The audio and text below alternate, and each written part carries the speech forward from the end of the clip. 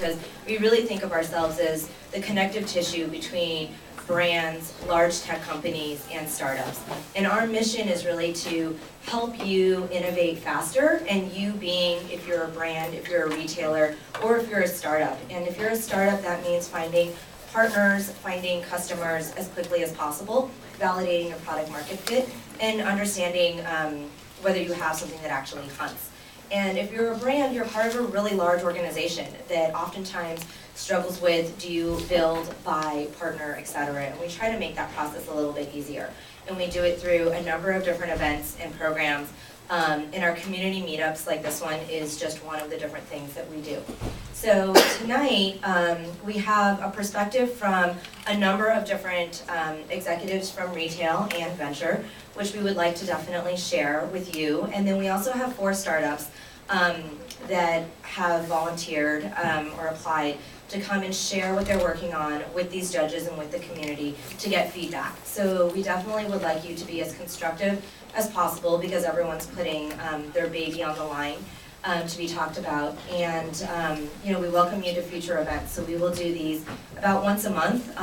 We had, I think, something like 60 startups that had applied to be in one of these 4 spots. So we have tons of companies that are interested in getting in front of brands and in front of the community. So we will be doing a lot of these. So we welcome your feedback. If you're interested in future events, follow us on Twitter or on LinkedIn. That's where the stuff will go out first. After that, it'll go out to a lot of our different community partners, and we'll have a mailing list. So with that, I think what we're going to do is we're going to start with, Excuse me. oh, okay. This is Mark, another one of our BrandGarage partners.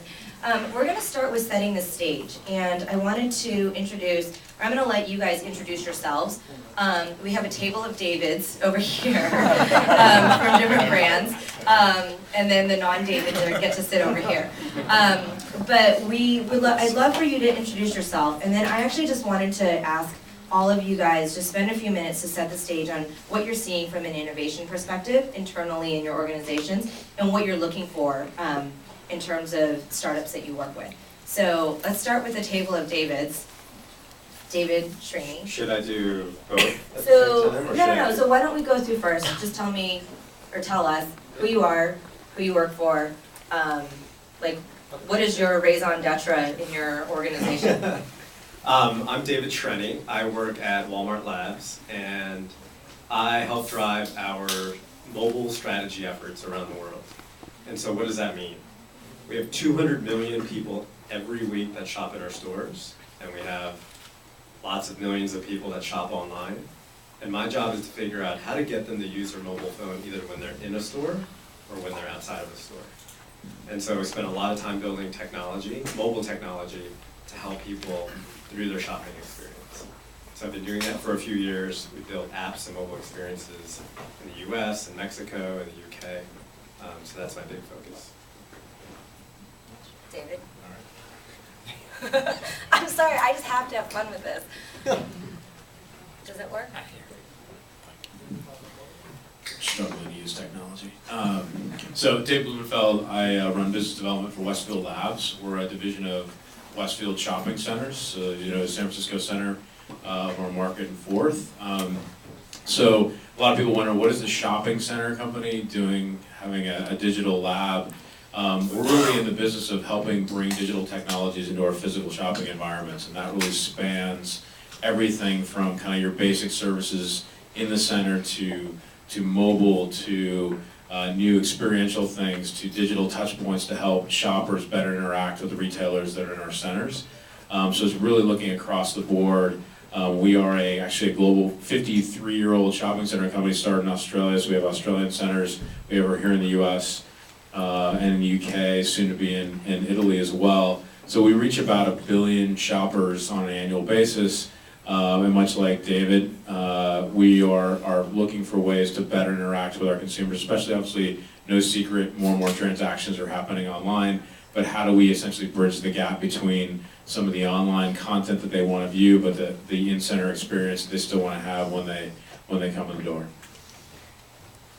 And I'm the third David. So I'm David Min. I'm Vice President of Strategic Business Innovation at the Walt Disney Company. So what that means is, everybody here No? What that means is, so I'm David Min, I'm Vice President of Strategic Business Innovation at the Walt Disney Company. So I work to build partnerships between startups and entrepreneurs like yourselves with various business units of Disney. Everything from ABC and ESPN and media networks, through to the theme parks, through to the studios group, which includes our movie labels like Marvel, Lucasfilm, Pixar, our record labels, Disney consumer products, which is relevant here. We obviously have the Disney stores, we have DisneyStores.com, and then Disney Interactive and on. So that's what I do. And to address Cheryl's question about innovation, we just launched a technology accelerator called the Disney Accelerator, and we're looking for 10 companies to bring into the accelerator starting June 30th. So if you're interested in applying, I can answer questions about that afterwards. So you guys should apply for all of the startups. You should tell them though, where's your accelerator? Tell us more. Okay, so the accelerator, sure. So it's so the accelerator is in partnership with Techstars. So it's a 15-week program. It's we will provide $120,000 of seed capital. We'll provide mentoring.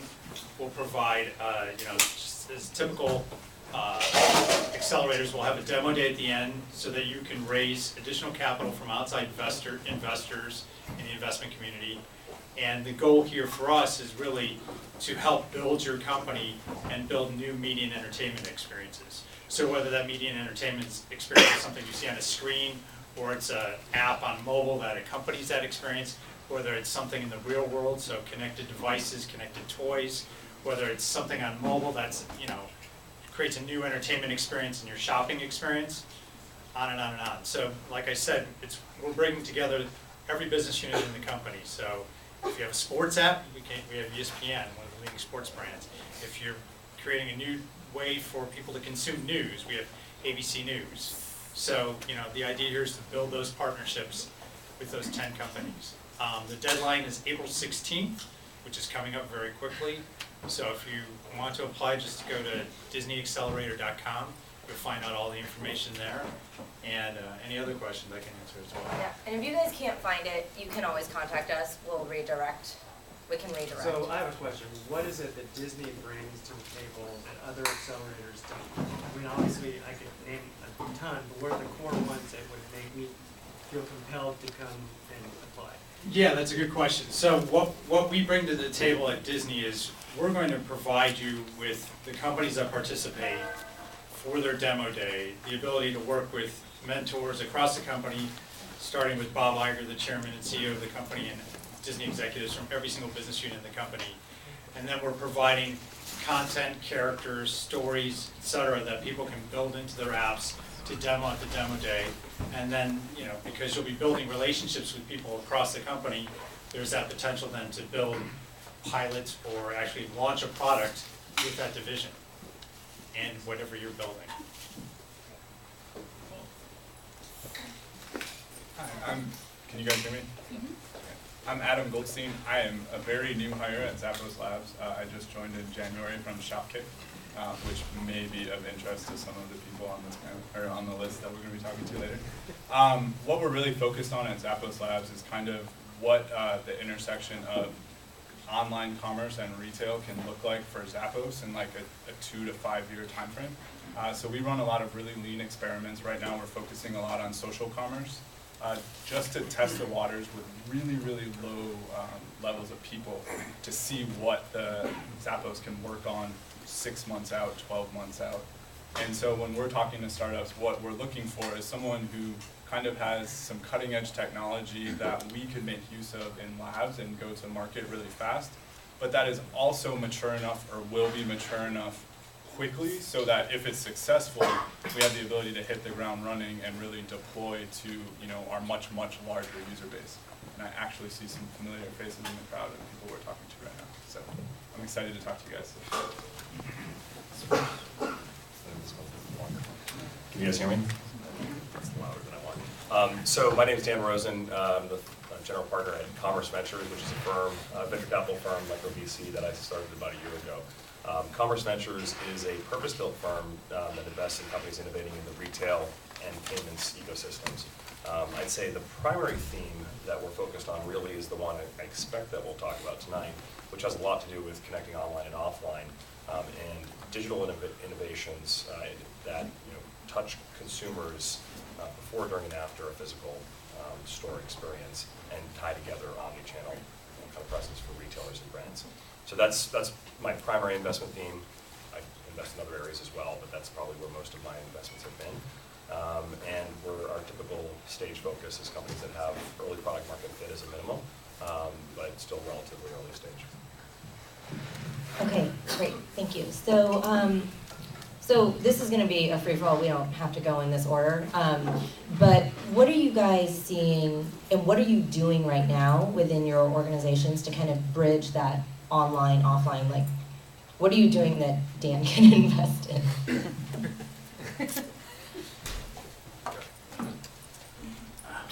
So Dan and I actually had lunch today. So obviously we have a very, very similar mandate. As I said, we're focused on bringing digital tech into our kind of traditional physical environments. So I think, some of the low-hanging fruit that you would think about from a shopping experience perspective, I'll give you two examples. One, we actually, we invested in a company called Deliv, which is a same-day delivery company. So as people shop online and then actually want to use our physical centers as distribution points, we think that's going to be a relevant point for a lot of our retailers to really leverage the fact they have a physical presence in a big local market. So we're tying those two together, obviously, as people kind of shop both online and offline.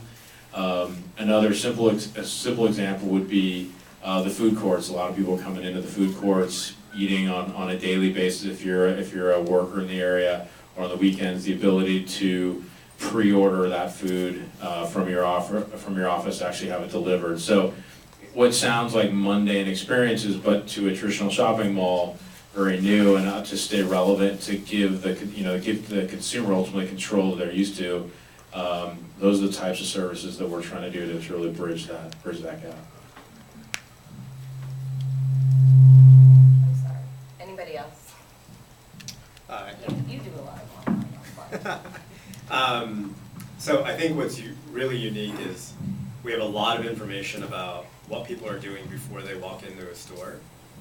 And we obviously have all the information about what they're doing in the store and what they're buying. And we're kind of in this unique position where we probably know what you're going to buy before you even walk in the store. So we're spending a lot of time thinking about how do we bridge these two pieces of data, because traditionally they've been pretty siloed. Online's kind of been this online world, and stores have been the store world.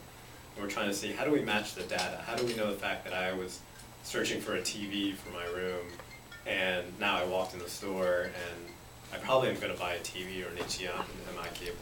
So matching all that data together is something that's really interesting to us, and we're trying to dig hard into that. It's hard because we don't always know who our customers are. We don't always know what personal preferences are. And actually, we're dealing with immense amounts of data. And so we spend a lot of time trying to figure out how to get this right. I still, when we've tested it on me, I still get a lot of ads and things on pets. I don't own a single pet. I don't know why I'm getting proposition to buy pet food. And so still a lot of work to be done there, but it's something we're working really hard at. Let me see if this one's working. Yeah, is this working okay? So at Disney, in our retail locations at the Disney stores, we have our own Disney Store app. So you can either shop, wherever you happen to be and shop online, or you can go in the store and actually, use the bar scanner that's in here, find more about the actual merchandise itself, see videos and with the characters involved. Let's say if you, scan Buzz Lightyear, then you'll get a little video about Buzz. And then, it's been publicly announced in the theme parks, we've rolled out the Magic Bands in just some small rollout to date, and that will be connecting obviously the physical world and the digital world as well. I would say what we're doing at Zappos is actually kind of the opposite of what a lot of the brick and mortar retailers are, for obvious reasons, since we don't have any stores. But showrooming aside, which is something that has never been a core tenet of ours at all, being a service company, we've been looking for ways and are actively working on some projects on how we bridge offline to online not in a showrooming context. So for example, if I love that pink checkered shirt that the gentleman in the front row is wearing, but I'm not comfortable talking to him for whatever reason, how can I find out what that is, find out where it's available regardless of whether we sell it or not, and get into more of that concierge personal shopping. So that's really high touch and really expensive. So we're looking for ways to kind of make that a lot easier. Do you think you guys will ever have physical stores? And by you, I mean you guys are Amazon. No comment. Honestly, we've talked about pop-up shops and what something like that could look like, but not actually. That was a comment. Non-committal one. The So- labs team is looking at this, by the way, not the core.